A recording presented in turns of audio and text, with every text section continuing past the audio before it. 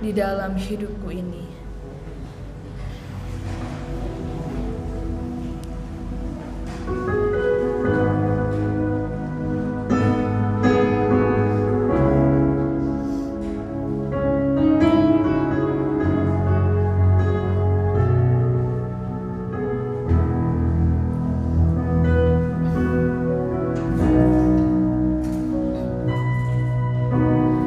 Kau yang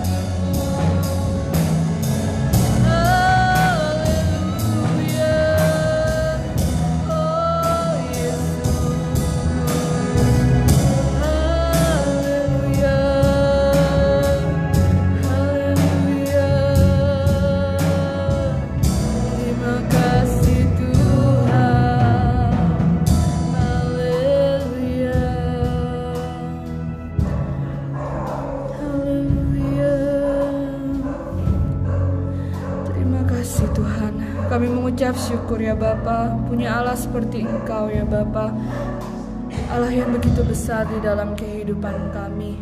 Terima kasih buat kebaikan-Mu, buat berkat-Mu ya Bapa, buat penyertaan-Mu sepanjang minggu ini, sehingga kami semua boleh bersekutu bersama-sama di tempat ini dan memuji dan menyembah nama-Mu ya Bapa.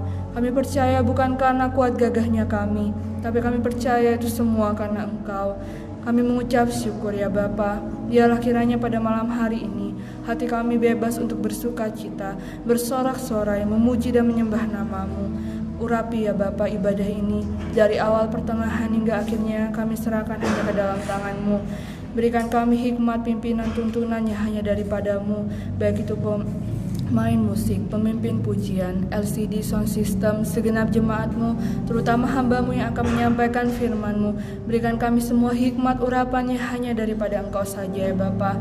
Terima kasih ya Bapa, Engkau sungguh baik. Terima kasih, kami memuji dan menyembah nama-Mu. Hanya di dalam nama Tuhan Yesus kami sudah berdoa dan mengucap syukur.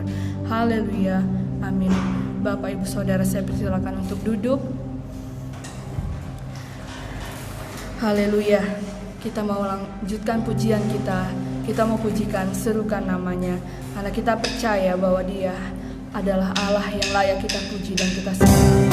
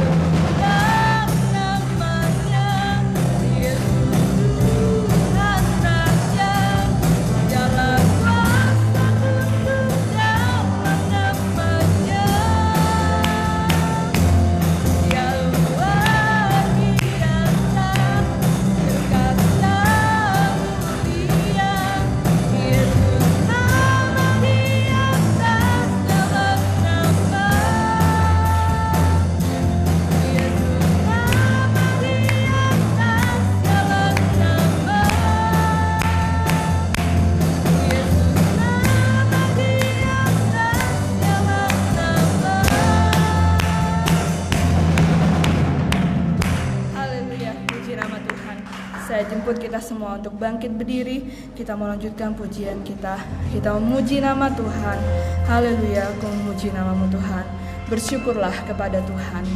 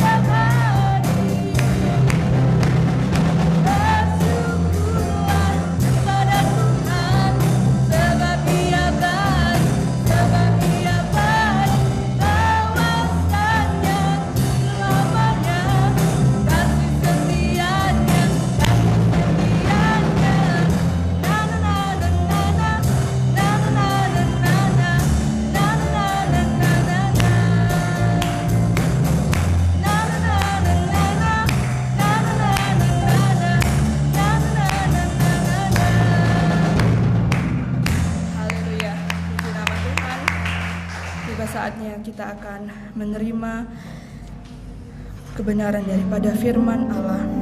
Mari kita siapkan hati dan pikiran kita. Kami mau datang dan bersujud di hadapan-Mu ya Bapa.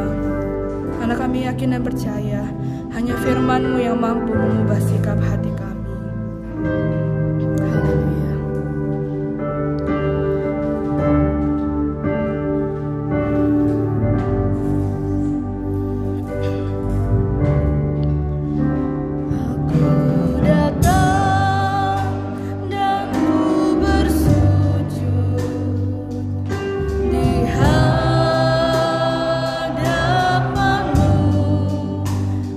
Rasakan indah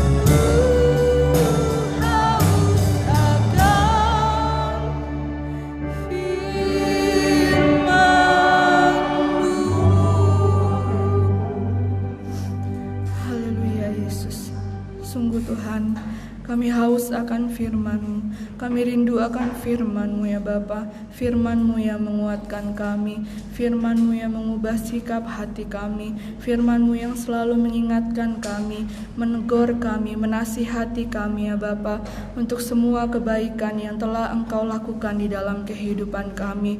Biarlah kiranya pada malam hari ini kami boleh fokus tertuju hanya kepada firman-Mu, supaya kami pulang membawa dengan hati yang penuh sukacita dan damai sejahtera yang hanya daripada Engkau saja. Ya Bapa, biarlah kiranya Engkau yang memberkati, mengurapi hamba-Mu yang akan menyampaikan firman-Mu.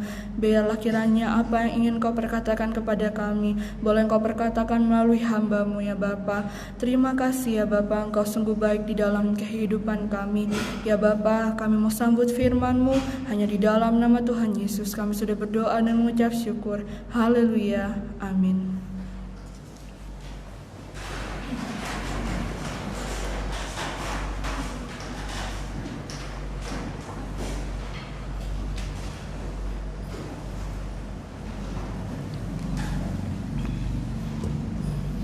Haleluya. Puji nama Tuhan.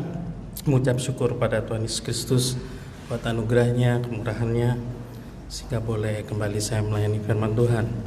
Makasih juga percayaan Ibu Gembala kepada saya. Puji nama Tuhan. Saat ini kita akan belajar tentang Yesus adalah pintu. Kita akan buka Injil Yohanes pasal 10 ayat 9. Injil Yohanes pasal 10 ayat yang ke-9. Demikian firman Tuhan. Akulah pintu. Barang siapa masuk melalui aku, ia akan selamat, dan ia akan masuk dan keluar dan menemukan padang rumput. Amin.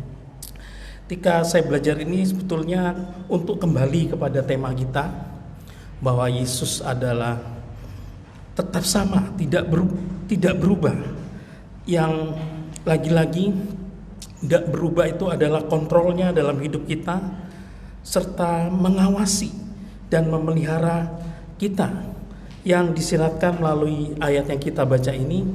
Walaupun juga dari akhir-akhir yang kita belajar tentang penguasa dunia juga menyiratkan bahwa penyertaan Tuhan, pemeliharaan, pengawasan dan kontrolnya sempurna bagi kita.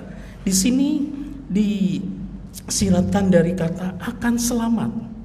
Kata akan selamat itu dikatakan ia akan selamat. Berarti menjadi selamat yaitu melepaskan, membebaskan atau melindungi, bahkan menjaga secara harfiah atau gambaran dengan yang pertama itu diartikan mengamankan dari bahaya penghancuran atau pengerusakan, pembinasaan. Terutama tentu kalau belajar tentang penguasa dunia, agar kita aman dari penguasa dunia ini yang ingin utamanya menghancurkan iman kita, membunuh iman kita pada Kristus. Jadi secara teologis diartikan yang pertama ini akan selamat itu diartikan selamat dari setan yang ingin menghalangi, begitu ya.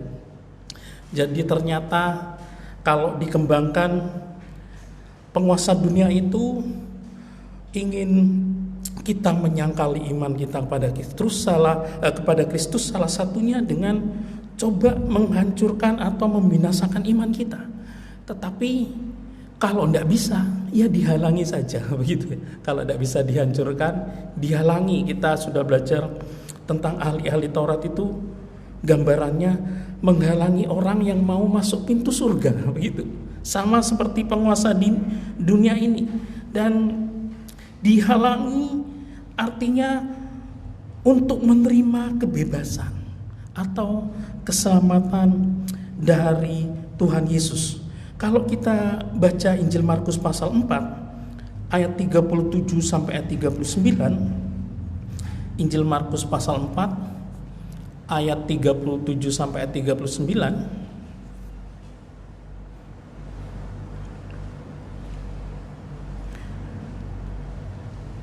Lalu mengamuklah, Injil Markus pasal 4 ayat 37 sampai ayat 39, lalu mengamuklah taufan yang sangat dahsyat dan ombak menyembur masuk ke dalam perahu sehingga perahu itu mulai penuh dengan air. Ayat lain, tiba-tiba berkata taufan ini datang. Pada waktu itu Yesus sedang tidur di buritan di sebuah tilang. Maka murid-muridnya membangunkan dia dan berkata kepadanya, "Guru, engkau tidak peduli kalau kita binasa?" Ia pun bangun, menghardik angin itu dan berkata kepada danau itu, "Diam, tenanglah." Lalu angin itu reda dan danau itu menjadi teduh sekali. Kalau kita bandingkan dengan Injil Matius 8 ayat 25, dikatakan di situ, "Tuhan, tolonglah kita binasa." Kata save us ini sama tadi akan selamat, save itu di Injil Matius 8 ayat 25. Ini menggambarkan apa? Kalau kita lihat dari sudut pencobaan yang juga kita bahas akhir-akhir ini, artinya kalau taufan atau masalah itu datang malah akan membawa kita melihat kemuliaan Tuhan.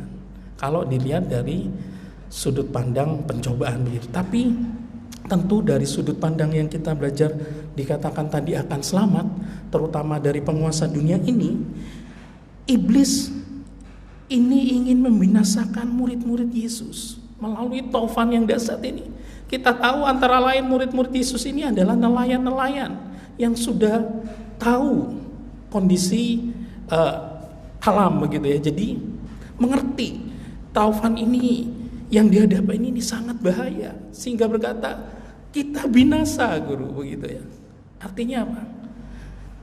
Penguasa dunia ini nyoba membunuh murid-murid, membinasakan murid-murid Yesus yang akan jadi pionir pekabaran Injil nanti, begitu kan? Ini yang perlu kita renungkan. Penguasa dunia ini ada kalanya seperti permainan catur. Dia sudah bisa berpikir 3 langkah ke depan daripada kita.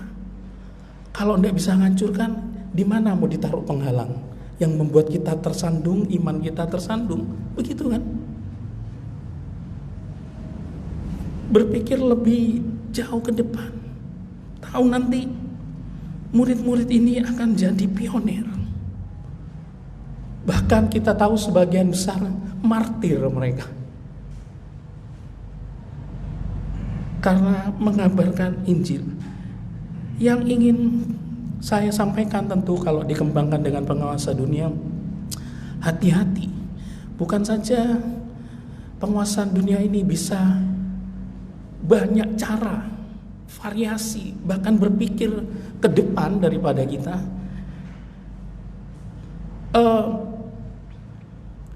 Penguasa kegelapan ini, kalau misalnya tadi pagi saya contohkan seperti virus aja bisa bermutasi begitu ya. Kalau secara biologi bermutasi itu diartikan perubahan yang terjadi mendadak dalam kromosom begitu ya.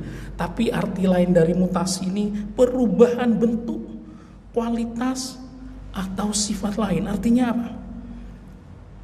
Penguasa dunia ini yang punya skill, punya kepandaian, kita sudah belajar salah satunya tentu bapak pendusta, punya banyak cara.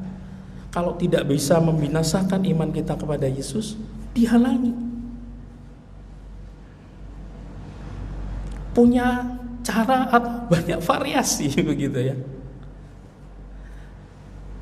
Virus saja kalau bermutasi sudah bingung lagi bagian kesehatan bagaimana menghadapinya, bukankah begitu? Ini yang perlu kita perhatikan. Kalau dulu di 2 Samuel 11 ayat 2 itu, kalau ayat sebelumnya mengatakan pada waktu masa raja-raja biasanya berperang, Daud ini jalan-jalan di Soto begitu ya. Lalu ngelihat orang mandi. sehingga buka celah. Kalau secara fisik, Daud ini kalau berperang terampil dia, bahkan singa aja dipegang janggutnya kok, kan gitu. Artinya kewaspadaannya kalau dalam bertempur atau kewaspadaan secara jasmani luar biasa Daud ini. Tetapi rohaninya buka celah sedikit, begitu ya. Moralnya melihat orang mandi jatuh dalam dosa, sehingga rencana Tuhan pun berubah karena dianggap menghina Tuhan. Karena dari celah sedikit yang dibuka itu membawa atau menarik dosa-dosa yang lain sampai merencanakan pembunuhan. Iblis ini, ayat lain karena itu hati-hati, jangan beri celah kepada iblis. Jangankan beri celah sedikit aja mau didobrak begitu ya. Kalau kita buka, apalagi kita buka lebar-lebar pada iblis ini, akan bawa banyak seperti legion itu kalau kita biarkan. Mungkin sekarang ada kalau di Jawa sudah yang mandi di sungai jarang begitu ya lihat. Tapi bisa bermutasi, bervarian di HP kita kalau kita ada jaga standar kita sendiri. Misalnya hal-hal pornografi, ini jadi celah, begitu kan? Yang akan sangat berbahaya.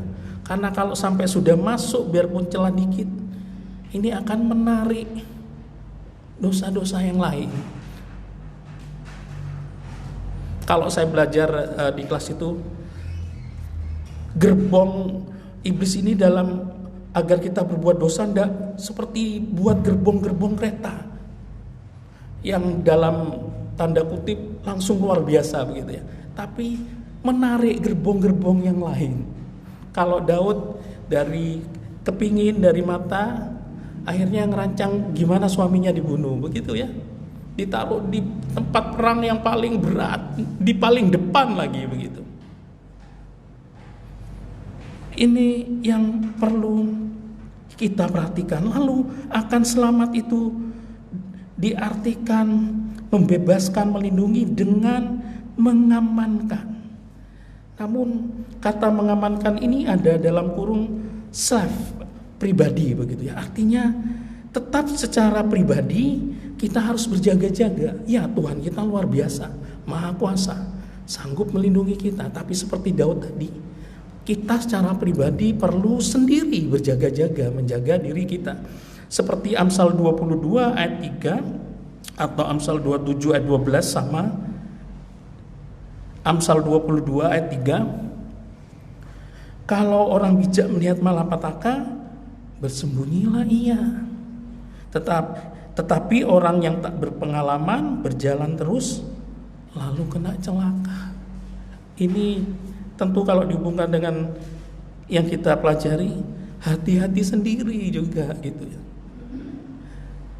Saya contohkan tadi pagi, ada saya yang pernah berkata, hamba Tuhan berkata, kalau dari puncak itu turun jalanannya cukup ekstrim begitu ya, belokannya tajam.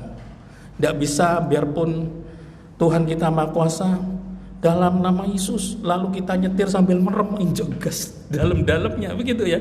Sederhananya contohnya, tidak bisa, tetap juga harus hati-hati.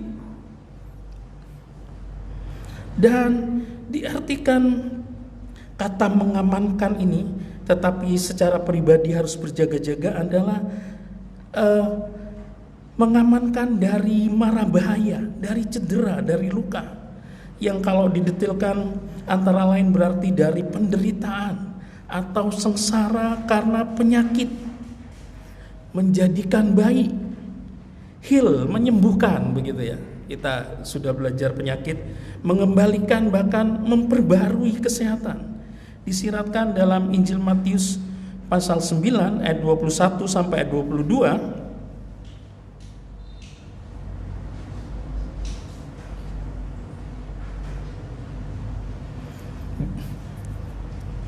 Dari sengsara atau penyakit jasmani, Karena katanya dalam hatinya, asal ku jamah saja jubahnya, aku akan sembuh. Tetapi Yesus berpaling dan memandang dia serta berkata, teguhkanlah hatimu, hai anakku, imanmu telah menyelamatkan engkau. Maka sejak saat itu sembuhlah perempuan itu. Sudah 12 tahun alami pendarahan, menderita begitu ya, cara jasmani, tapi Tuhan kita sanggup menyembuhkan, bahkan mengembalikan atau memperbaharui kesehatan. Lalu diartikan mengamankan ini secara teologis, diartikan membebaskan dari hukuman di hari penghakiman.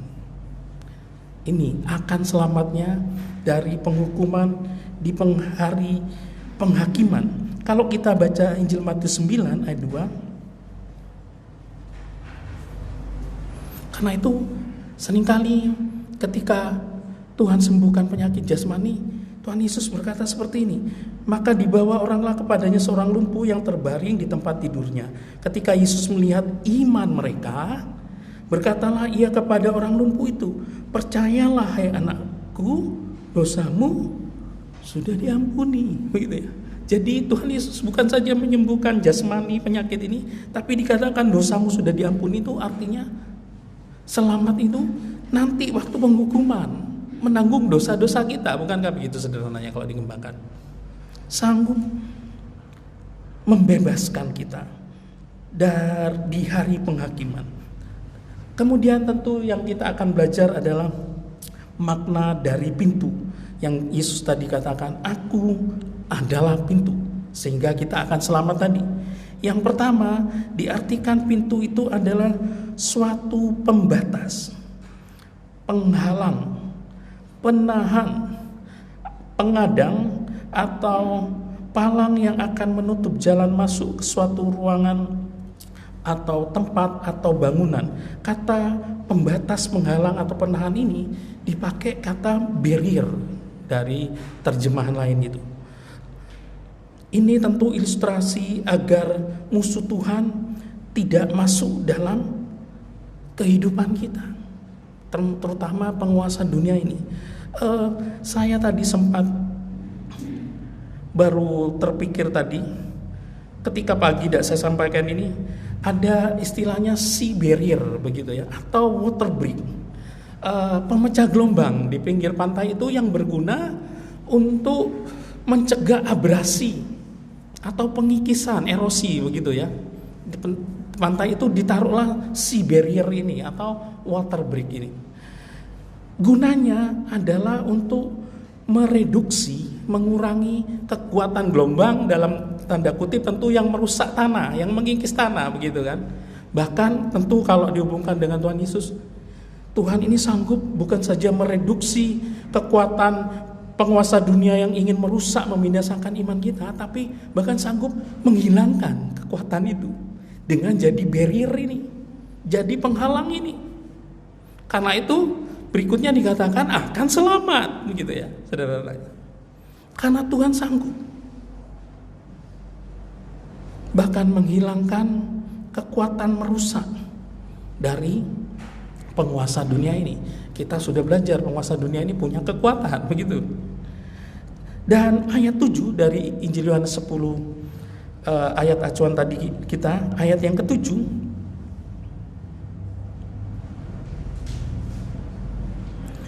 maka kata Injil Yohanes 10 ayat yang ke-7,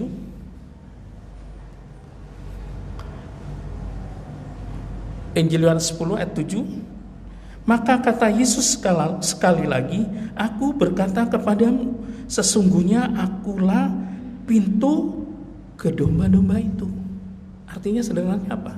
Kalau ada orang yang atau penguasa dunia ini ingin mendapatkan atau mau sampai kepada domba-domba itu, harus lewat aku begitu ya, karena akulah pintu. Harus lewat Yesus dulu. Entah itu maksud baik atau maksud jahat atau maksud jahat, harus melewati Yesus. Tentu yang jadi perenungan bagi kita, apakah kita mau memberikan diri menjadi domba gembalaan Tuhan ini yang akan dilindungi oleh Tuhan ini? nanti poin-poin berikutnya tentu yang mau jadi domba itu yang mau dituntun, mau dipimpin. Dan kalau sedikit dikembangkan dari Yesaya pasal 13 ayat 14, ciri utama domba itu pasti digembalakan. Begitu ya. Domba itu ada dalam penggembalaan, digembalakan. Yesaya 13 ayat 14.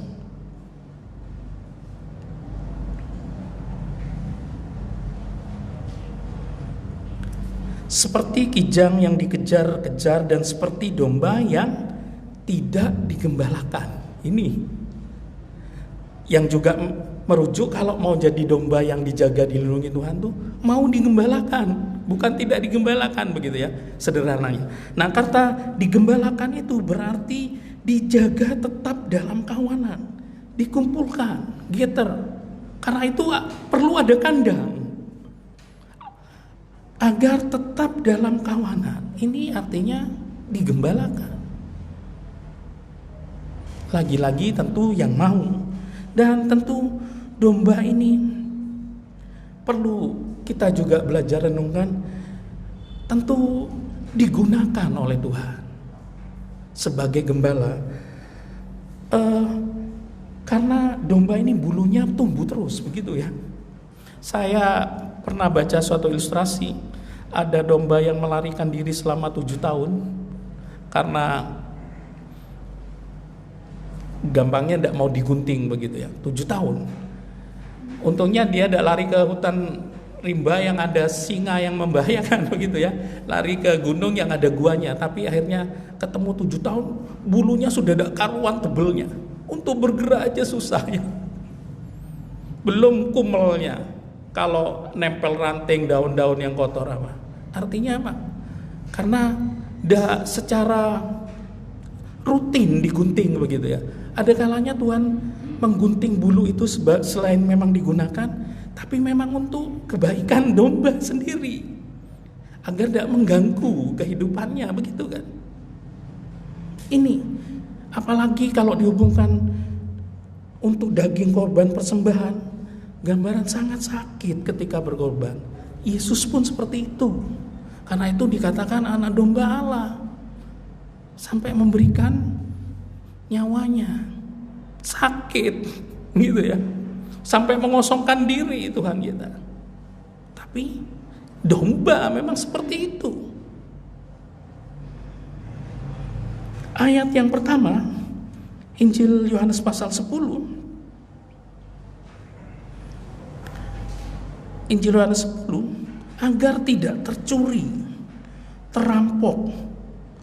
Aku berkata kepadamu, sesungguhnya siapa yang masuk ke dalam kandang domba dengan tidak melalui pintu, tetapi dengan memanjat tembok, ia adalah seorang pencuri dan seorang perampok. Agar tidak tercuri dan terampok. Logika sederhananya, kalau sampai tercuri dan terampok oleh penguasa dunia ini, apakah bulu dan dagingnya tidak dimanfaatkan? Cuman dicuri, dirampok aja. Sederhananya seperti itu, bukan? Bahkan kalau ada punya naluri menggembalakan, tidak sampai diingon kalau tercuri, dirampok itu. Kalau kena pedagang domba dijual lagi, ya langsung disembelih, begitu kan? Kalau kena penguasa dunia yang memang mencuri, menampok domba itu, dimanfaatkan juga pasti. Tentu lagi-lagi perenungan bagi kita. Mau digunakan untuk apa kalau kita sebagai domba ini, hidup kita? Ayat 10a dari Injil Yohanes 10 ini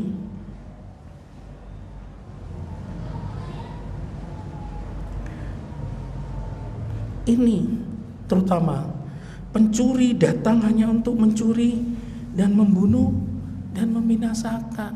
Tidak mungkin diangon kalau dicuri, tidak mungkin digembalakan, sederhananya. Dibunuh dan dibinasakan.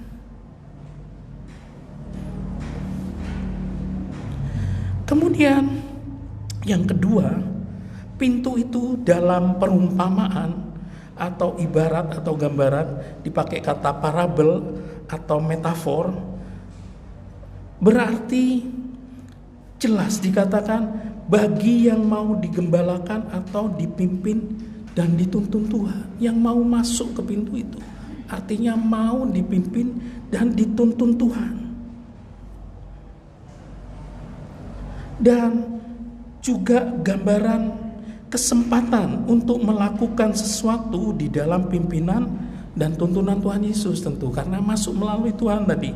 1 Korintus 16 ayat 9, 1 Korintus pasal 16 ayat yang ke-9, pintu itu bicara Tuhan beri kesempatan untuk melakukan sesuatu di dalam pimpinan dan tuntunan Tuhan. Dan kalau 1 Korintus 16 ayat 9 ini mengatakan, sebab di sini banyak kesempatan. Kata kesempatan ini terjemahan Inggrisnya katakan great door, pintu yang besar, kesempatan yang sangat besar Tuhan berikan, dikatakan untuk mengerjakan pekerjaan yang besar dan penting, walau sekalipun ada banyak penentang. Ini yang Tuhan janjikan ketika aku adalah pintu. Kalau kita masuk sebagai domba gembala, tentu beri kesempatan yang besar bagi kita untuk lakukan pekerjaan yang besar dan penting. Tentu besar dan penting untuk Tuhan kita, kan gitu sederhananya, untuk kelebaran kerajaannya. Ini lagi-lagi yang menjadi perenungan bukan besar dan penting untuk pribadi kita seharusnya.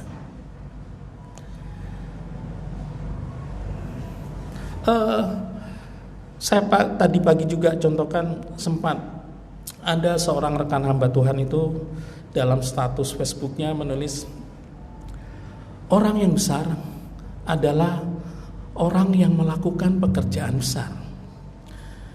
Saya sempat menyauti, berarti kita bisa memilih. Kalau orang besar itu adalah orang yang melakukan pekerjaan besar, sederhananya perspektif saya bisa memilih pekerjaan itu. Siapa yang tidak mau pekerjaan besar? Kalau dihubungkan dengan kehidupan perekonomian kita, kalau pekerjaan besar, materi besar, prosperity-nya, kayaannya besar juga, bukan kan begitu? Kalau pekerjaannya besar, sederhana. Siapa yang tidak mau milih pekerjaan besar? Tapi ini falsafah dunia. Karena sederhananya awal-awalnya dikatakan yang seperti ini adalah orang yang hebat, adalah orang yang melakukan pekerjaan besar. Orang yang hebat, ini falsafah dunia, begitu ya. Tapi kalau nanti kita lihat, yang membuat besar pekerjaan kita itu Tuhan yang beri, bukan kita yang memberkati. Kita lihat nanti di poin-poin berikutnya. Lalu kata pintu ini diartikan kesempatan keselamatan bagi semua orang yang mau percaya. Kisah 14 ayat 27. Kisah para Rasul 14 ayat 27.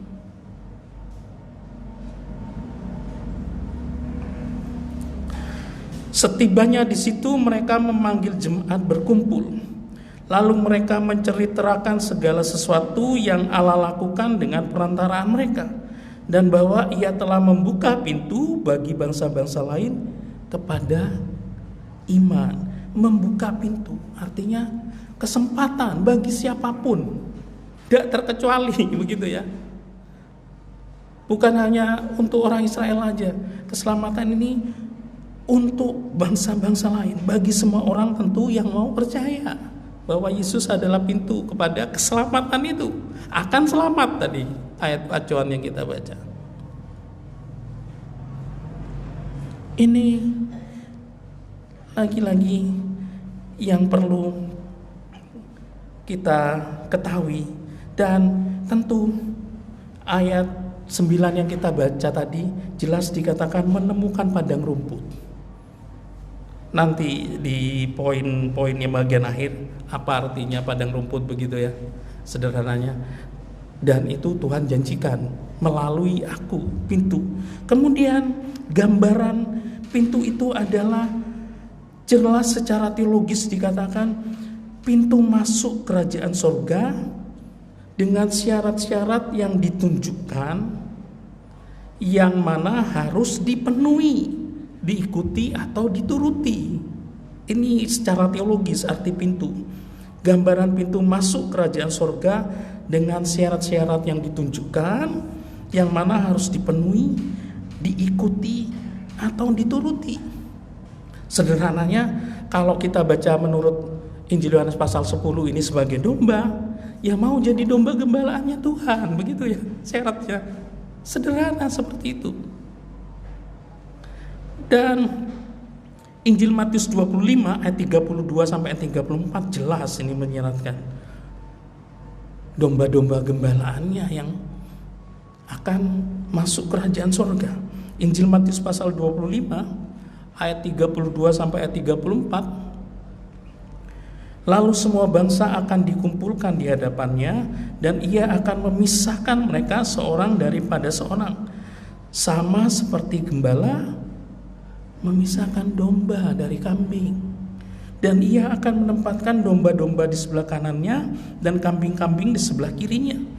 Ayat 34, dan raja itu akan berkata kepada mereka yang di sebelah kanannya, "Mari, hai kamu yang diberkati oleh Bapakku, terimalah kerajaan yang telah disediakan bagimu sejak dunia dijadikan." Yang domba. Jadi sederhananya, kalau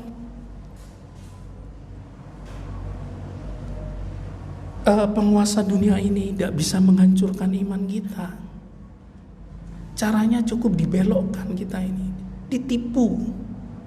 Sederhananya tadi, gampangnya agar tidak mau digunakan bulunya sampai yang lari 7 tahun itu, sehingga tidak sadar akhirnya dianggap menipu Tuhan.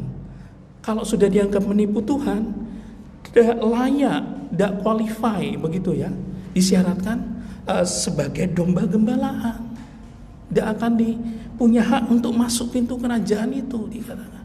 Ini yang perlu kita perhatikan. Kalau tidak bisa menghancurkan iman kita dengan taufan yang dahsyat menakutkan tadi, cukup dimutasi tadi istilahnya ya, gennya dirubah. Yang biasanya domba pelan-pelan dibelokkan jadi kambing. Sebetulnya sempat kita bahas ini, begitu ya, agar tidak qualify jadi domba gembalaan, coba dirubah jadi kambing. Atau kalau dalam pelajaran lain tentu anak Allah, kalau dihubungkan dari perspektif anak Allah, harus memenuhi syarat sebagai anak-anak Allah. Salah satunya kita sudah belajar membawa damai anak-anak Allah itu, gitu kan sederhananya. Atau sebagai umat atau jemaat tahu kewajibannya, atau sebagai hamba Tuhan tahu juga kewajibannya yang benar. Lalu kalau sebagai murid punya telinga yang mendengar dengan baik, begitu kan, agar informasinya lengkap yang diterima itu. Kalau sebagai pekerja yang bekerja untuk Tuhan, kita sudah belajar bekerja untuk Tuhan, dijaga roh ini tetap menyala-nyala. Karena kalau tidak menyala-nyala pasti bosen, gitu ya, pasti berat melayani bekerja untuk Tuhan itu. Apalagi tidak punya cinta kasih sama Tuhan, dianggap berat salib itu. Padahal Tuhan bilang atau kuk itu enak kalau karena cinta kasih sama Tuhan, gitu kan sederhananya. Kalau tidak cinta berat. Nunggu 2 jam kalau lagi pacaran, tidak apa-apa, santai, begitu ya. Kalau cinta, bahkan nunggu setengah hari nasi bilang tidak apa-apa, begitu. Coba kalau tidak punya cinta, suruh nunggu 15 menit. Kok lama ini tidak datang-datang, begitu kan. Apalagi kalau seperti orang lagi utang, begitu, suruh nunggu. tidak akan sabar, tidak akan kuat. Karena itu perlu dijaga roh ini tetap menyala-nyala. Dan lagi-lagi ayat 9 kita baca, akan selamat, kehidupan kekal, surga. Kalau dihubungkan dengan lain, selain pintu, Tuhan berkata, aku jalan, kebenaran dan hidup. Tidak akan sampai ke Bapa, atau yang milik surga itu tidak akan datang kepada Bapa, begitu ya, kalau tidak melalui aku. Roma pasal 5 ayat 1 sampai ayat 2.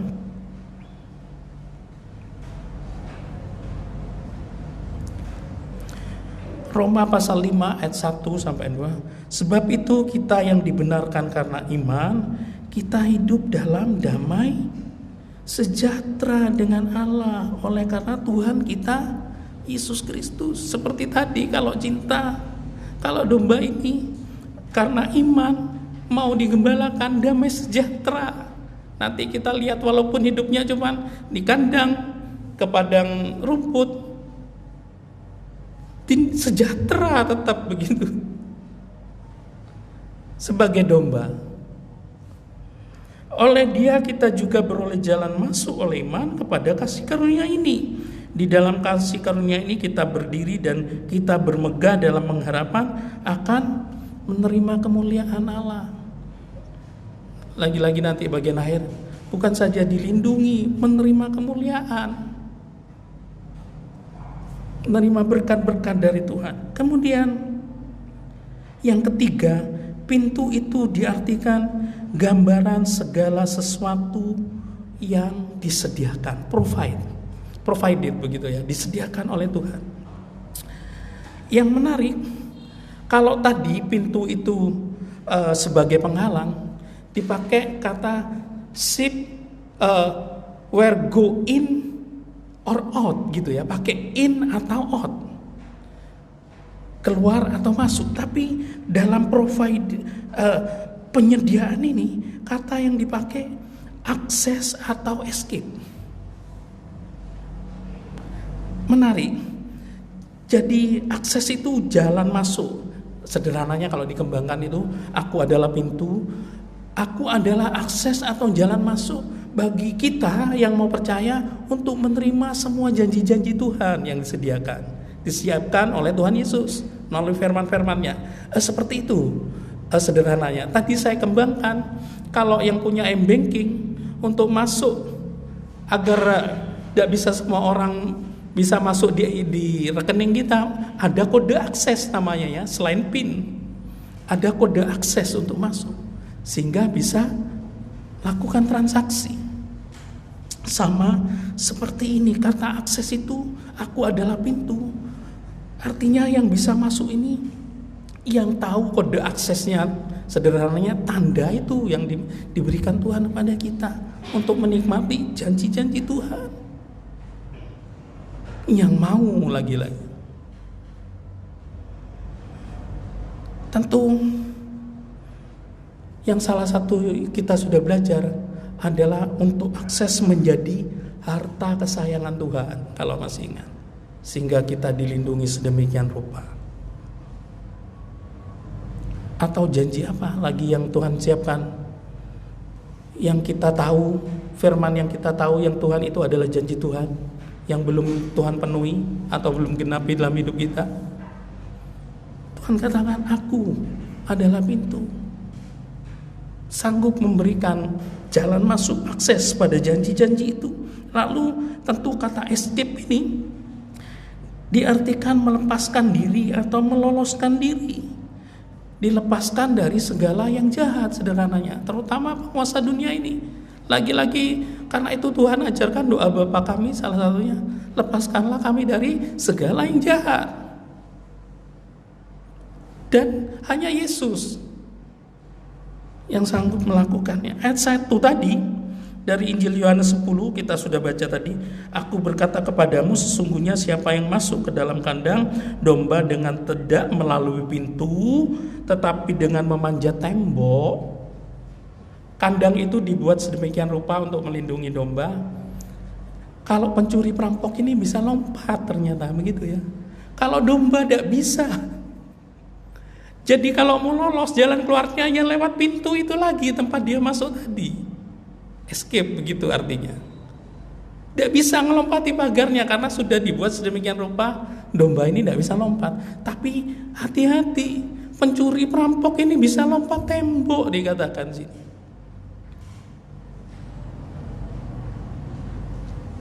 Terutama tentu untuk membinasakan kita. Wahyu pasal 3 ayat 20 ini betulnya menyiratkan providing, penyediaan Tuhan. Ada kalanya Tuhan sampai yang ketok pintu hati kita, begitu ya. Wahyu 3 ayat 20. Lihat, aku berdiri di muka pintu dan mengetok. Ini juga gambaran yang mau diundang, dipanggil oleh Tuhan. Jikalau ada orang yang mendengar suaraku dan membukakan pintu, aku akan masuk mendapatkannya, dan aku makan bersama-sama dengan dia, dan ia bersama-sama dengan aku. Kalau bersama-sama Tuhan, makan bersama-sama Tuhan, bukan saja yang maha kuasa yang sanggup sempurna melindungi kita, tapi sumber segala sesuatu. Coba, karena itu tadi katakan tadi, menikmati kemuliaan Tuhan juga. Dan dari konteks ini tentu, apakah kita mau memberikan diri, memposisikan diri sebagai domba gembalaan? Ini yang bagian terakhir, yang keempat, pintu itu adalah gambaran suatu struktur, kerangka di mana orang hidup atau bekerja. Biasanya awalnya saya agak aneh, diartikan sepanjang jalan atau road begitu ya, along a street or road. Artinya apa? Kalau dalam konteks domba ini, kerangka hidupnya yaitu tadi di kandang dan padang rumput. Kalau waktunya mau makan pagi, dibawa ke padang rumput, harus ikut di belakang gembala biar tidak tersesat. Karena gambarannya kadang tidak mesti kalau dari besuki dibawa padang rumputnya cuma di alun-alun. Kalau gembala itu kadang nanti dibawa ke Banyu Glugur, begitu kan. Yang Tuhan bawa kemana kita, karena itu harus ikut. Kehidupannya di kandang dan padang rumput ya seperti itu juga. Habis makan dimasukin giring lagi ke kandang, bagi domba gembalaan gitu. Nanti waktu bulunya sudah terlalu tebel, kuku-kukunya sudah panjang yang bisa menyakiti kakinya, dipotong termasuk bulunya, diangon lagi begitu sampai tumbuh lagi gitu kan.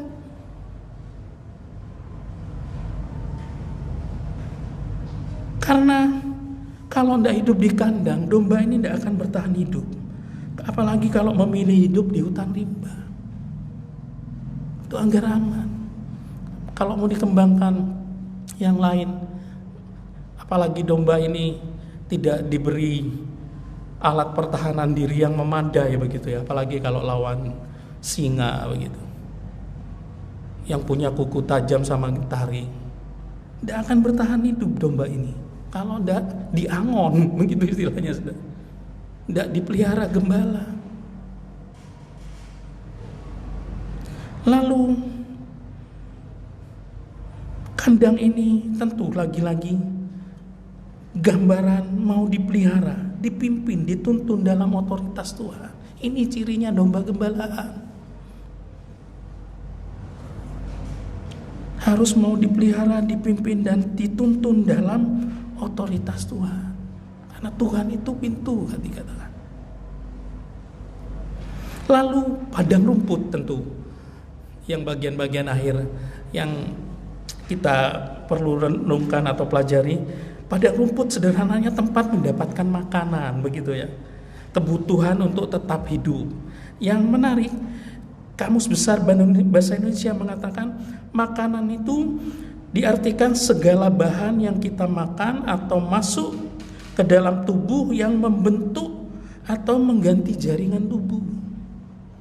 tadi restore gitu ya, mengembalikan kalau misalnya sakit, memberikan tenaga untuk tetap hidup, untuk tetap beraktivitas, atau mengatur semua proses di tubuh agar bulunya bisa tumbuh lagi biarpun dipotong tadi, begitu kan? Diberi makan. Dan makanan ini Kamus Besar Bahasa Indonesia jelas mengatakan diartikan rezeki. Karena itu tadi saya katakan yang membuat besar pekerjaan bukan kita, tapi Tuhan yang membawa kita ke padang rumput, ke rezeki yang disediakan untuk kita. Walaupun takarannya tentu beda tiap orang, begitu. Kalau yang masih bayi dombanya begitu, ya rumputnya makannya secukupnya, takarannya begitu ya. Lain sama yang domba. Kalau di sound yang desip itu ada yang paling gemuk, itu apa aja dimakan itu ya. Kalau di sound desip itu, kalau yang sudah gemuk besar sekali itu apa aja bisa dimakan. Takarannya Tuhan yang tahu setiap orang. Sederhananya kita termasuk domba dewasa atau domba yang masih bayi, kan itu sederhananya. Bagaimana kita memposisikan diri di hadapan Tuhan?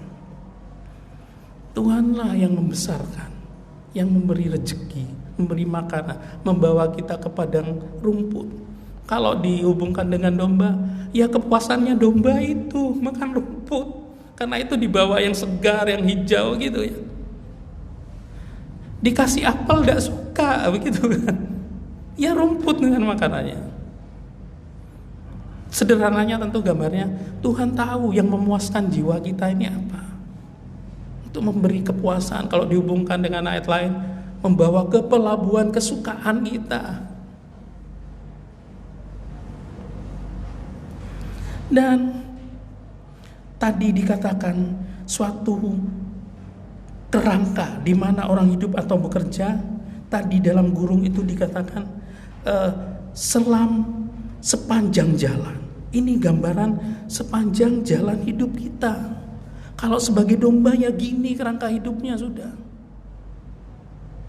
Kandang padang rumput, kandang padang rumput. Dipotong bulunya, diangon lagi, begitu kan? Sepanjang hidup ya sudah seperti itu. Kalau dari perspektif domba gembalaan. Kalau dihubungkan dengan kerja tadi, karena itu kalau tidak ada roh yang menyala-nyala ini, bosen. Tapi domba gembalaan tidak bosen ya, karena nature-nya sudah seperti itu hidupnya.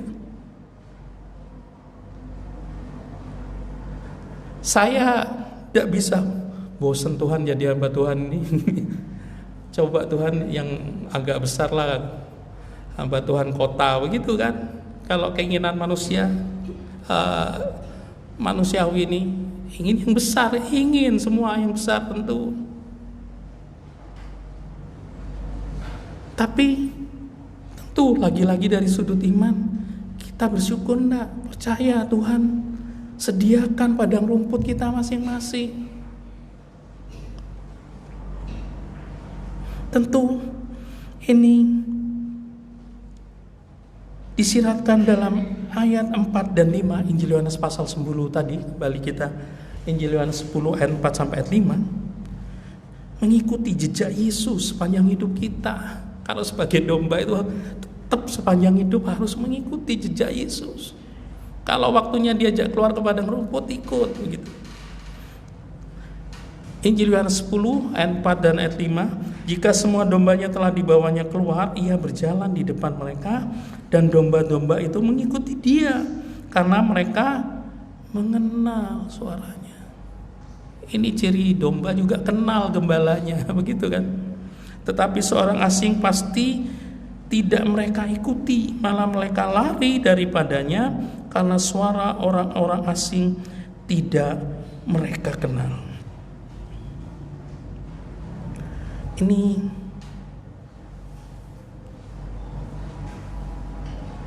yang perlu kita renungkan dalam perjalanan hidup kita secara rohani atau di dunia ini, kenapa laki-laki harus memberikan diri pada Yesus agar terlindungi dengan sempurna, terutama dari penguasa dunia ini.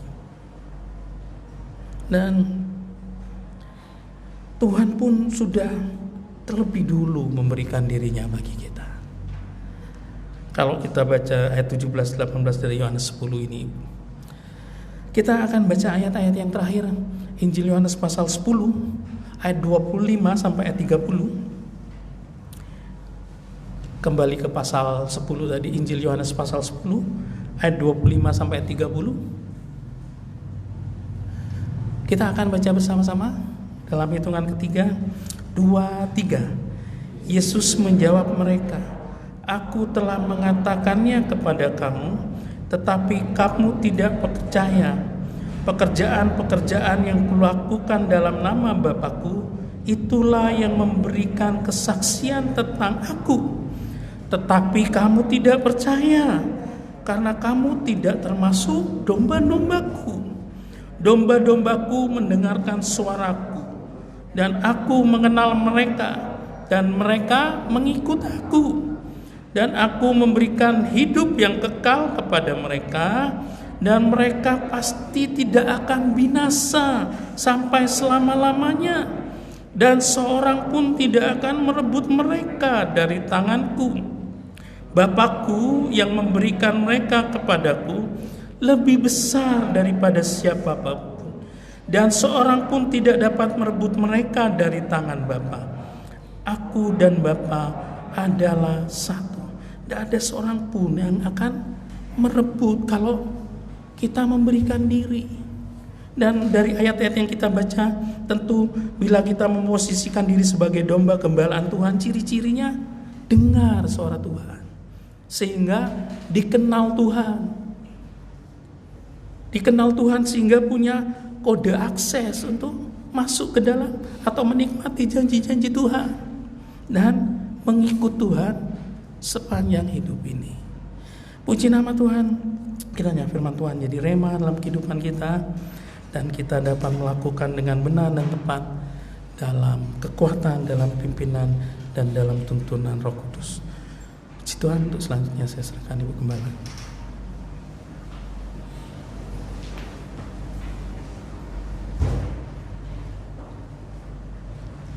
Haleluya. Haleluya. Kita yang tahu malam ini kita ada di posisi mana? Kambing atau domba? Kalau kita memposisikan diri kita sebagai domba dan Yesus sebagai gembala kita, maka jaminan Allah sempurna. Kita baca firman Allah tadi, apapun Dia beri sampai kepada hidup yang kekal. Ayat yang terakhir tadi membuka ingatan saya. Kamu tidak percaya karena kamu bukan dombaku. Haleluya. Kalau kita tidak mempercayai firman Allah, berarti kita sudah bukan dombanya Allah. Dunia semakin jahat, iblis banyak varian untuk menjatuhkan kita, untuk menerkam iman kita. Kalau kita mau selamat, mari kita selalu ada di dalam penggembalaan Tuhan. Maka tidak ada seorang pun yang dapat merampas kita dari tangan Tuhan. Seringkali kita jatuh bangun. Mari kita undang Roh Kudus untuk selalu melingkupi hidup kita.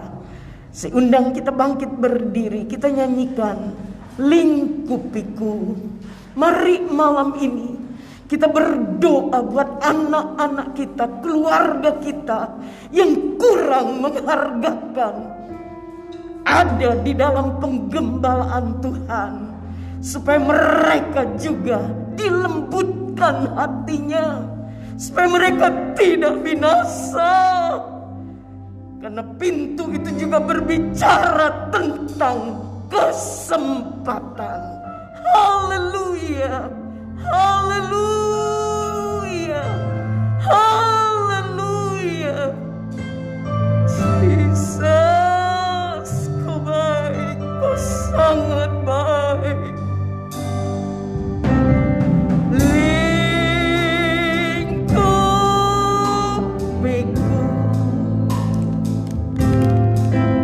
dengan sayapmu, naungiku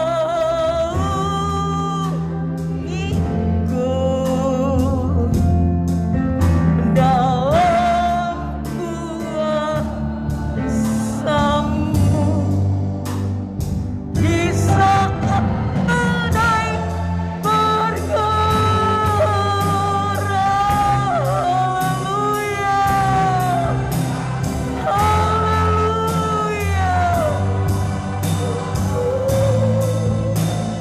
Bapa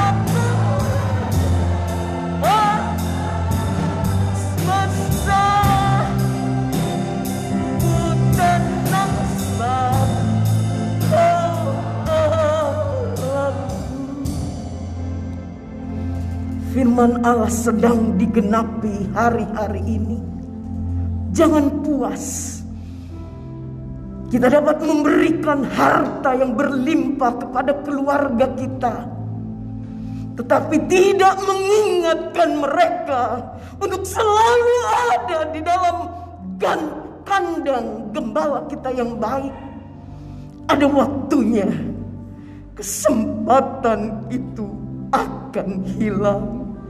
Mari malam ini, haleluya, kita menghargakan kesempatan yang Allah berikan supaya kita nikmati berkat di dunia dan juga di dalam surga. Lingkupiku, lembutkan hati kami itu. Lingkupiku, amin. Haleluya, haleluya, haleluya.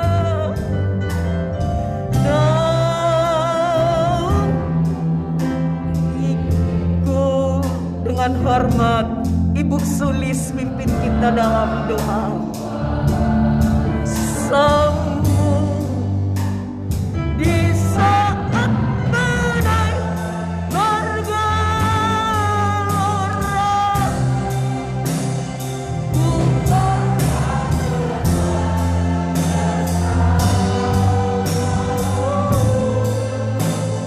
Bapakku Raja atas semesta,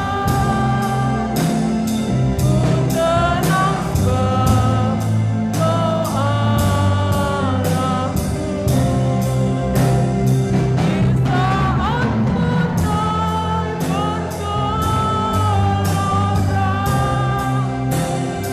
ku akan terbang bersamamu.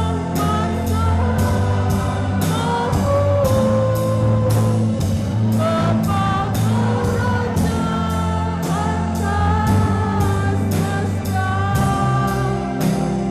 ku tenang sebab Kau Allahku. Ku tenang sebab Kau Allahku. Haleluya, haleluya, haleluya. Terima kasih Tuhan, terima kasih Roh Kudus. Terima kasih Tuhan untuk kebenaran firman-Mu yang sudah Kau beritakan bagi kami umat-Mu malam hari ini Tuhan. Sungguh Tuhan, hanya Engkau-lah gembala kami yang baik Tuhan. Hanya di dalam Engkau Tuhan ada jaminan keselamatan bagi jiwa kami. Hanya di dalam Engkau Tuhan ada perlindungan. Hanya di dalam Engkau Tuhan ada damai sejahtera. Hanya Engkau gembala kami yang baik Tuhan, yang dapat menuntun hidup kami Tuhan, membawa kami ke padang rumput yang hijau dan kepada air yang tenang Tuhan. Terima kasih Tuhan, terima kasih. Di tengah-tengah dunia yang semakin jahat ini Tuhan, tapi kami boleh memiliki Engkau sebagai gembala kami yang baik, yang dapat memberikan perlindungan, jaminan keselamatan bagi kami.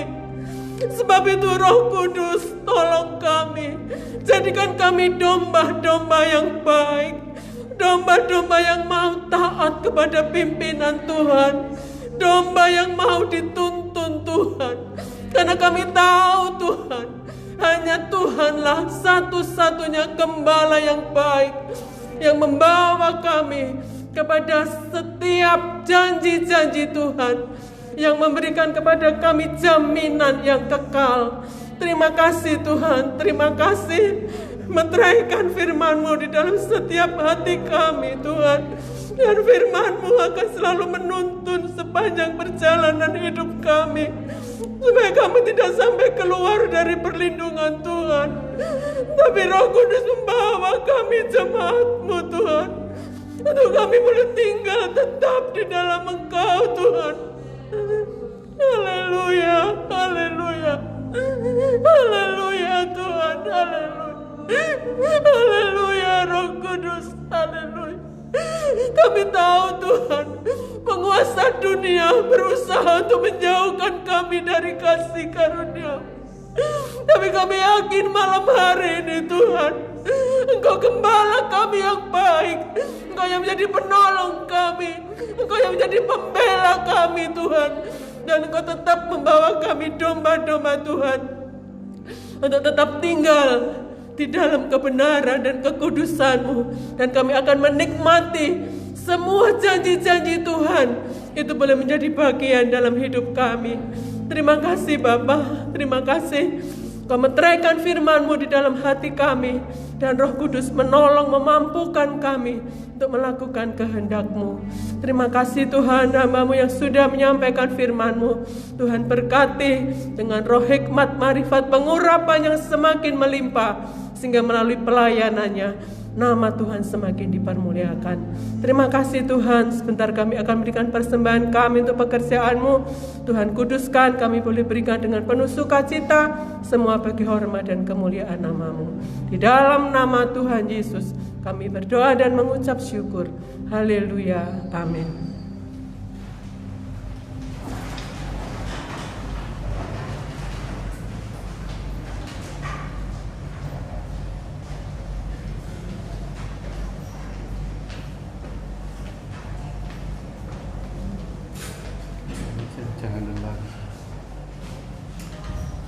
Puji Tuhan, kita akan berikan persembahan untuk pekerjaan Tuhan. Sambil persembahan dijalankan, kita naikkan pujian jangan lelah dalam melayani Tuhan.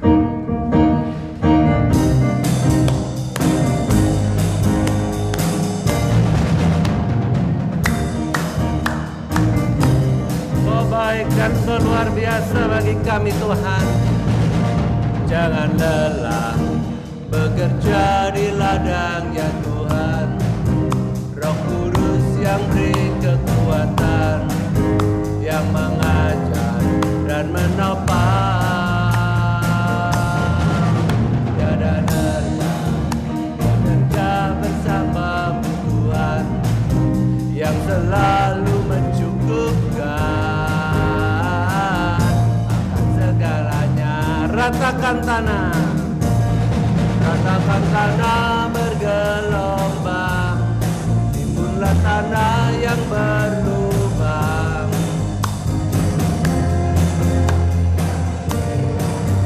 Di atas dasar iman, ratakan tanah bergelombang, timbullah tanah yang berlubang. Jadi siap dibangun di atas dasar lagi. lagi, katakan jangan lelah. Jangan lelah bekerja di ladang-Nya Tuhan. Roh Kudus yang beri kekuatan, yang mengajar dan menopang. Tiada lelah bekerja bersamamu Tuhan, yang selalu mencukupkan akan segalanya.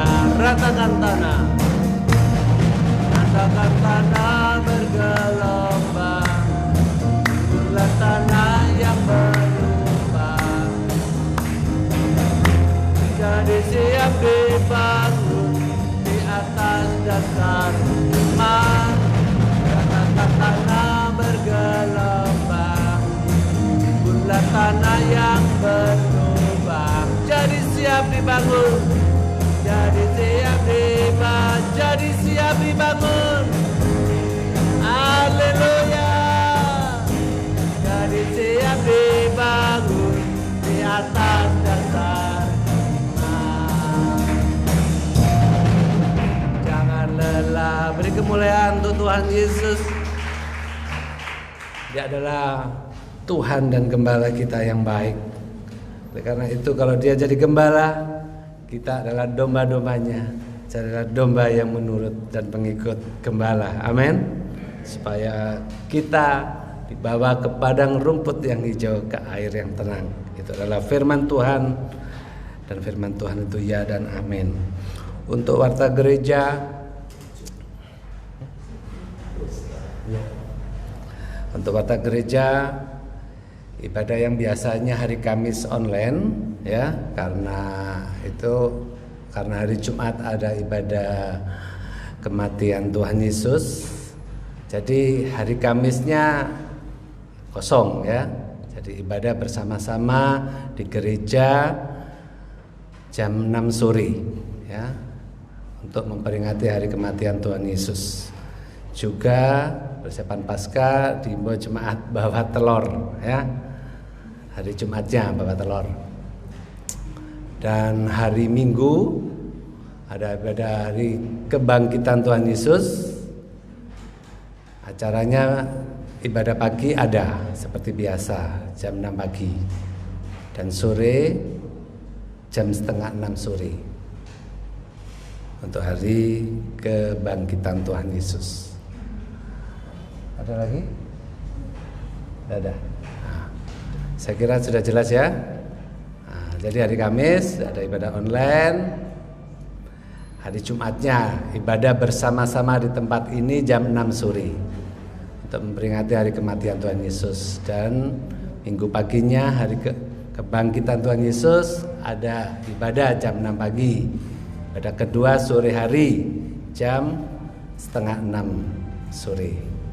Jumat jangan lupa bawa telurnya, ya. Puji Tuhan, kita akhiri ibadah pada malam hari ini. Saya undang jemaat Tuhan untuk bangkit berdiri. Kami memuji kebesaran Tuhan. Majelis bisa maju ke depan. Kita bersama-sama berdoa untuk persembahan. Kita semua biarlah dilawat dan diurapi dan diberkati Tuhan.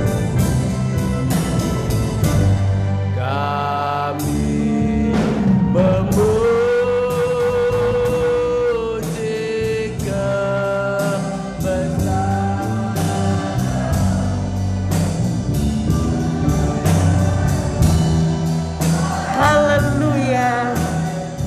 Kami memuji kebesaran-Mu, karena hanya dengan kasih karunia-Mu kami boleh beribadah malam ini.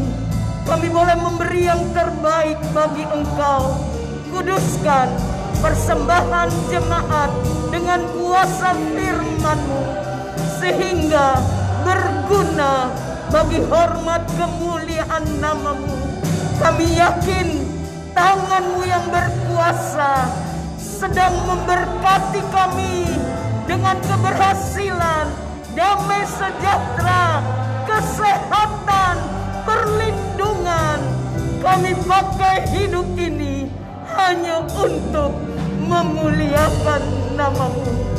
Terima kasih Tuhan, kami terima berkat-Mu di dalam nama Tuhan Yesus Kristus. Terima kasih Bapa. Kami berdoa buat anak-anak sekolah minggu. Lawati mereka, berkati mereka dengan iman yang teguh. Berikan tanggung jawab kepada orang tua untuk mengajar mereka kebenaran firman-Mu. Terima kasih Bapa, luar biasa Engkau. Ajaib Tuhan.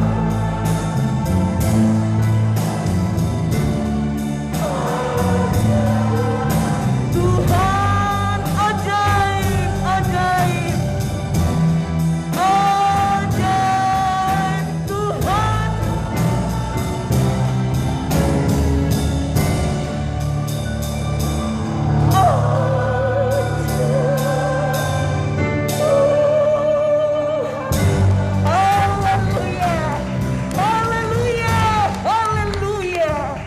Luar biasa Engkau Tuhan. Engkau terlalu baik bagi kami. Sebab itu kami mau selalu mengucap syukur kepadamu. Banyak mujizat sepanjang minggu ini. Engkau sudah sembuhkan anak-anak-Mu yang sakit, sehingga mereka tadi boleh beribadah bebas, memuliakan nama-Mu. Ini bukti dari keajaiban-Mu Tuhan. Terima kasih Bapa. Sepanjang minggu ini tolong kami, jaga iman kami, jaga hubungan kami dengan Engkau, sehingga kami boleh mencintai firman-Mu dan memiliki waktu untuk bersekutu dengan Engkau. Terima kasih Bapa. Terima kasih Yesus. Terima kasih Roh Kudus. Saudara-saudara, pulanglah ke rumah masing-masing.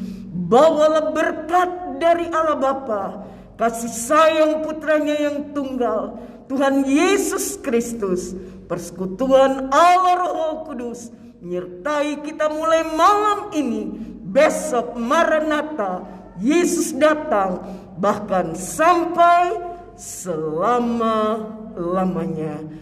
Kami terima berkat-Mu dengan mengucap syukur di dalam nama Tuhan Yesus Kristus. Semua yang percaya berkata amin. Selamat malam, Tuhan memberkati.